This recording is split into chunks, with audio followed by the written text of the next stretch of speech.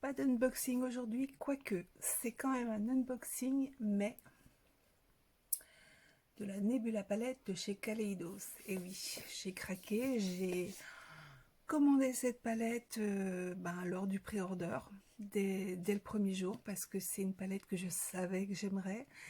C'est donc une palette qui était donc créée par Kaleidos, mais en collaboration avec Angelica Nyqvist, qu'on appelle aussi Angie ou Angeshka sur Instagram, je crois que c'est Angeshka. Donc voilà, c'est une influenceuse relativement connue, je ne sais pas combien elle a d'abonnés. Elle est d'origine suédoise et présente ses vidéos en anglais, donc ça explique aussi sa popularité. Que dire qu'elle fait des maquillages avec des couleurs plutôt chatoyantes, un petit peu ce que j'aime. Et puis Kaleidos, c'est une marque que j'aime beaucoup. J'avais déjà acheté, j'ai attendu les soldes de l'année dernière pour acheter l'Escape Pod palette, qui était une palette que je voulais depuis un moment, depuis qu'elle est sortie, mais voilà, je voulais pas non plus forcément mettre le prix. Voilà, à un moment donné, on peut pas non plus tout prendre, tout ce qu'on aime. Donc j'avais pris en solde la palette, un highlighter, le dernier d'ailleurs qui est sorti, mais j'avais une petite ristourne quand même, et puis un rouge à lèvres. Voilà, j'avais quand même été un petit peu raisonnable, malgré que les soldes étaient super intéressantes. On avait, je crois, entre moins 30, moins 50% sur certaines palettes. J'étais restée raisonnable. Là, quand Angie a dit qu'elle a annoncé sa collaboration et a montré la palette, fait 2 tutoriaux et des swatchs. D'ailleurs, je vais vous montrer, plutôt que de vous faire des swatchs de la palette, que je vais vous montrer dans un instant, je vais vous montrer plutôt les photos qu'elle a présentées sur sa page, pour que vous ayez une idée plus précise, parce que les swatchs, moi, j'ai pas une bonne qualité d'image, ça va pas être terrible. Donc voilà, je préfère vous montrer de jolies images et des choses qui rendent vraiment justice à cette palette. Donc, cette palette, déjà, j'adore avec eux, ils ont la médaille du meilleur emballage du monde. J'ai jamais vu ça. Ça arrive dans une pochette donc prévue à la taille du coffret. Super bubble wrap, vachement solide, vachement qualitatif. Je l'ai gardé pour vous la montrer. À l'intérieur, il y avait donc le coffret. Ça, c'est trop cool. Ils ont fait un coffret magnifique. Vous savez, les petits coffrets aimantés. Voilà, à l'effigie de la palette. À l'intérieur, il y avait donc ces inserts en mousse. Donc, dessous, il y avait cette partie-là. Ça dessus, avec la palette à l'intérieur. Et au-dessus, il y avait encore ça. Super bien emballé. Elle risque rien du tout. Et la bête est arrivée dans un parfait état, évidemment. Je vais vous la montrer. Cette petite boîte, je la garde précieusement. Je la trouve trop cocotte. Donc, d'ailleurs, elle est arrivée avec une petite carte. Qu'est-ce que j'en ai fait de la petite carte? Je ne l'ai pas mise dedans. Elle n'est pas restée là. Il y avait une petite carte qui accompagnait, une jolie petite carte pour présenter, remercier de l'achat, sous forme d'invitation au club Nebula. Oui, le club Nebula. Non, je ne sais pas ce que j'ai fait de la petite carte. Je vais essayer de la retrouver pour vous la montrer. Je vous ferai une petite photo là. Alors, la palette, donc, déjà l'extérieur, magnifique. Tout en reflet, tout en hologramme. Vraiment très belle. Voilà. Donc, c'est une palette qui fait... Est-ce qu'il y a la taille peut-être là-dessus? Non, c'était peut-être sur la carte. Enfin, je ne sais plus le poids, moi je m'en fous personnellement. C'est peut-être ce qui intéresserait certaines d'entre vous. Pareil, je vais chercher les informations et je vous les remets sur l'écran. Je sais que parmi les fards, il y a certains fards qu'on considère comme des pigments pressés, puisque ils utilisent dans ces cas-là des, des pigments issus de bestioles, d'insectes. Et donc, voilà, ça peut, la carmine qui peut provoquer des allergies ou des taches éventuelles sur la peau. Donc voilà, il y a le coffret qui tombe. Bref, donc il y a, je crois, trois pigments pressés dans cette palette. Voilà, oups, ça c'est le petit plastique qui protège qui est tombé. Donc elle se présente sous forme comme la Escape Pod, elle se présente sous forme, je trouvais à l'époque que ça se ressemblait à, pardon, que ça ressemblait à un, comment dire, un petit notebook. C'était d'ailleurs un petit peu le thème hein, de la palette. Ils ont gardé ce coffret, cette palette, et je la trouve très belle. Vraiment, c'est un joli objet.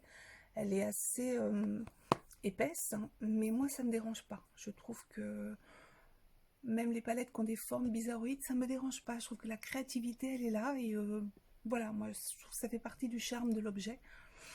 Donc, Color Story, absolument magnifique. Vous avez donc des mats et des scintillants. Alors, elle me fait penser un petit peu à, dans la façon dont elle est présentée, à la Triochrome de Natasha Denona.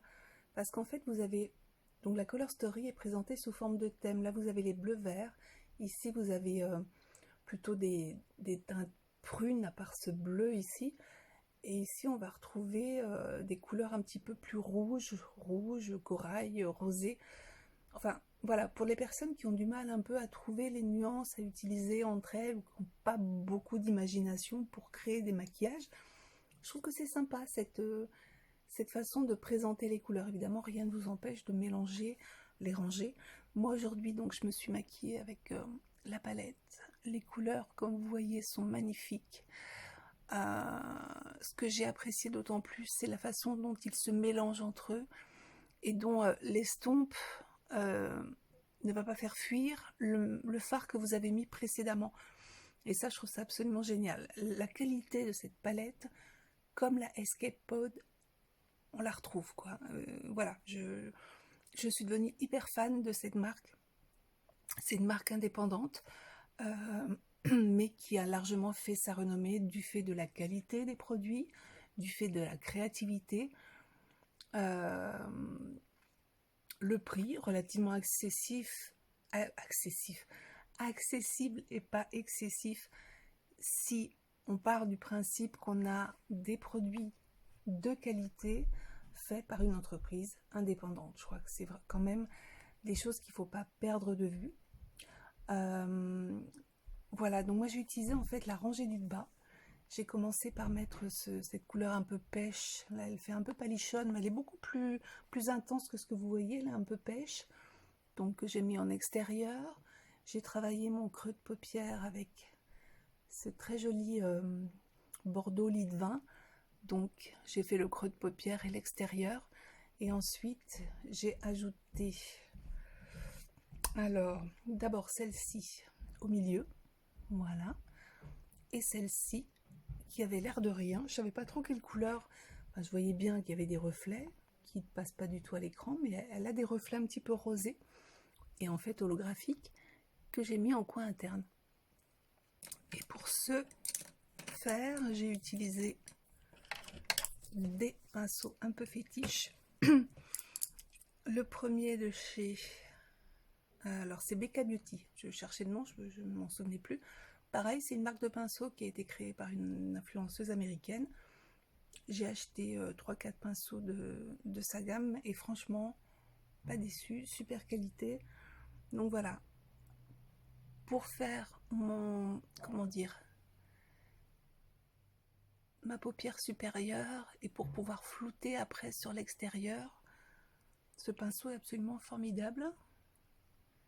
Je trouve qu'il diffuse très bien la couleur, mais surtout, les fards à paupières se travaillent tout seul. Enfin, vraiment, là où j'ai été étonnée, c'est quand après, donc j'ai pris mes 2 pinceaux Fenty, donc qui sont, vous voyez, un petit peu plats, mais qui permettent quand même de pouvoir flouter. Vous voyez, ils sont très, très souples.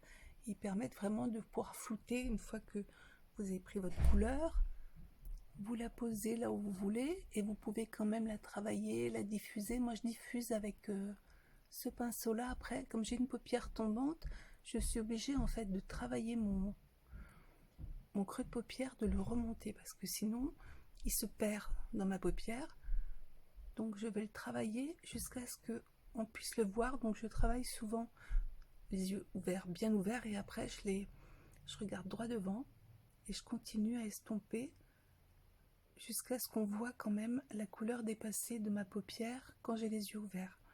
Comme ça, ben voilà, je trouve que ça donne un joli dégradé de couleur. Pareil, j'ai remis ce Bordeaux lit de vin sous la paupière, sous l'œil. Ouais, je sais plus comment ça s'appelle, enfin bref. Le long de la paupière, le long, pas de la paupière, le long du bas de mon œil. Ça y est, je trouve plus comment ça s'appelle cet endroit-là. On sait pas, c'est pas grave. Et ensuite, pour utiliser et travailler les deux fards. Alors, celui-ci, c'est un vrai fard scintillant. C'est vraiment un fard scintillant, très brillant. Je sais pas si on le voit vraiment. On peut pas vraiment capturer la beauté de ce fard. Il est vraiment très très beau. Donc celui-là, pas de problème. Et celui-ci, donc j'ai juste retourné mon petit pinceau plat. Voilà. Je ne l'ai pas forcément mouillé au départ et ensuite je l'ai posé ici à l'intérieur. Et une fois que j'ai... Et finalement, après j'en ai repris, je l'ai remonté et j'ai repris après mon petit pinceau et j'ai réestompé le bordeaux sur celui-ci afin de fondre bien les couleurs. Et quand j'ai eu fini, ben, j'ai repris mes couleurs. Et hop, j'en ai reposé à nouveau au doigt pour récupérer un peu plus d'intensité.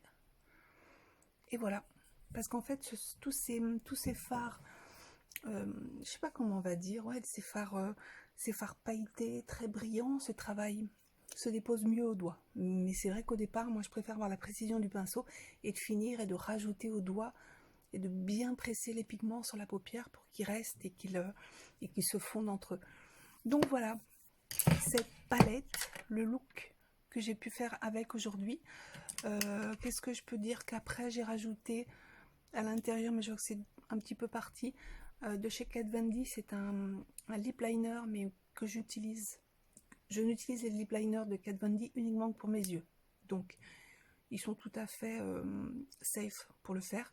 Je les utilise jamais sur les lèvres, donc comme ça, il n'y a pas de problème au niveau de l'hygiène.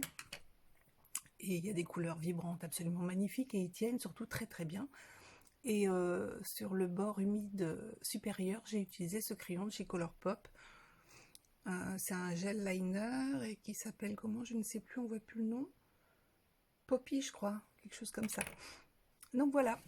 Alors j'ai très très hâte, je vous dis pas que les matins viennent et se succèdent pour pouvoir utiliser le reste de la palette. Évidemment, tous ces verts, ce vert canard, ce vert lime me font très très envie, même ce bleu turquoise. Après, il y a tous ces... Alors, c'est pareil, comme je vous disais, les swatchs, je vais vous les mettre. C'est beau comme tout, regardez-moi ça. Comment c'est beau. Je vais vous mettre les swatchs que j'ai trouvés sur Instagram, parce que ces swatchs sont magnifiques. Parce que si je fais des swatchs sur ma main, ma qualité de vidéo est naze et vous verrez rien de bon. Donc, je trouve ça dommage d'aller patouiller dans une jolie palette comme ça, alors que voilà, ça va rien rendre. Voilà, très hâte aussi d'utiliser ce prune et ce gris là. Mon Dieu, ce bleu aussi évidemment. Je pense qu'il doit être absolument magnifique. Ouais. Alors, ils ont une petite tendance duochrome. Donc, c'est pour ça que j'ai vraiment hâte de les utiliser pour voir réellement la couleur et comment dire, les sous-tons qu'ils ont à offrir, parce que je sais que c'est le cas, donc j'ai vraiment hâte. Je m'attendais pas à voir ce rose holographique là sur mes yeux quand j'ai posé la couleur, donc vraiment très hâte de les utiliser. Et tous ces fards qui sont un peu topeurs, comme celui-ci que j'ai utilisé, je crois que celui-ci et celui-ci, ce sont également deux topeurs. Mais je sais pour avoir testé que quand on met une base colorée ou même une base, par exemple je vais mettre une base verte comme celui-ci et rajouter ça dessus, voilà, c'est un topper chez Kaleidos qui rend quelque chose réellement. C'est pas le cas de tous les toppers, je trouve, dans les palettes quand il y en a. C'est un peu décevant. Pour faire la comparaison avec la Escape pod de Kaleidos, donc elle se présentait comme ça, donc comme un petit notebook. Oups, encore là, je garde les feuilles plastiques, j'enlève pas non plus les plastiques de mes miroirs, je suis épouvantable. Donc elle était comme ça, très très colorée, il y avait donc tous ces... Alors il y avait des scintillants, il y avait des toppers, je crois que ça et ça c'est 2 toppers, celui-ci aussi, mais malgré que ce soit des toppers, ils sont... Même sans base colorée, on arrive à avoir un résultat. Maintenant, pour avoir un résultat vraiment flamboyant, c'est plus sympa d'avoir une base colorée dessous. Et ce que je veux dire, c'est que, voilà, pour des toppers, il y a une vraie texture, une vraie...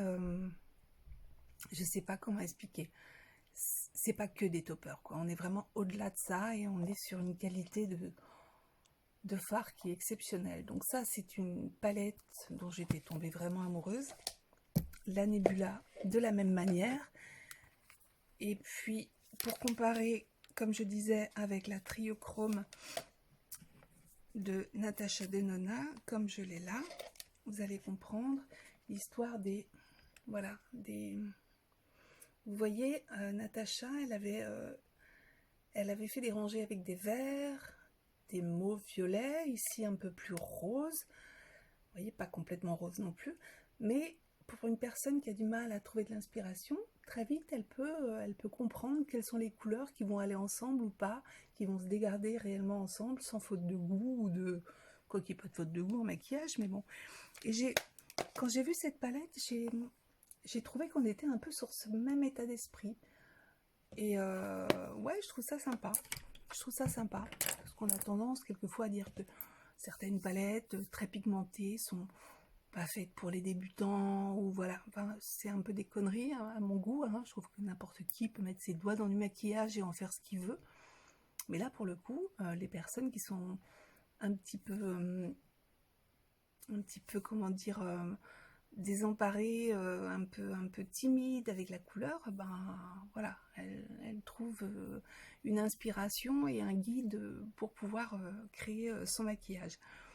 Donc voilà, c'est pas une revue, c'est un unboxing de mon petit craquage que j'avais envie de partager avec vous.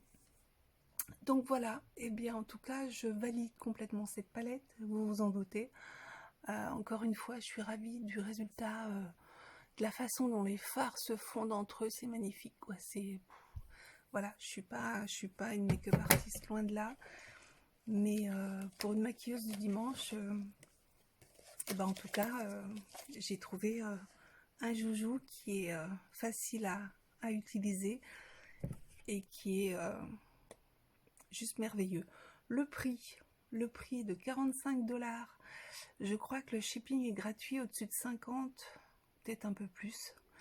Moi, j'avais rien d'autre à prendre, donc j'ai payé le shipping. Je crois qu'on doit être dans les 5$ quelque chose. Mais palette plus shipping, ça m'est revenu à 45€. En fait, quand on fait la conversion des dollars à l'euro, on a toujours un petit prix qui est ramené à la baisse pour nous, les Européens. Et du coup, ben, l'ensemble est revenu à 45€. Et je trouve que ça les vaut. Voilà, d'avoir ces 15 fards. C'est ça, 15, ouais, 15 fards, hautement qualitatifs. Carrément, ça fait du 3€ le fard. Ouais, moi je dis oui, largement. Voilà. Eh ben écoutez, j'espère que si vous hésitiez à l'acheter, ben, je vous invite à y aller, foncez, vous ne regretterez pas. C'est vraiment pas un achat qui mérite réflexion plus longtemps, à mon goût. Voilà, et ben je vous dis à bientôt pour d'autres unboxings, des vrais, cette fois-ci, Dipsy, BoxyCharm, et puis peut-être à l'occasion des unboxings de mes achats et de mes coups de cœur. Voilà, je vous dis à très bientôt.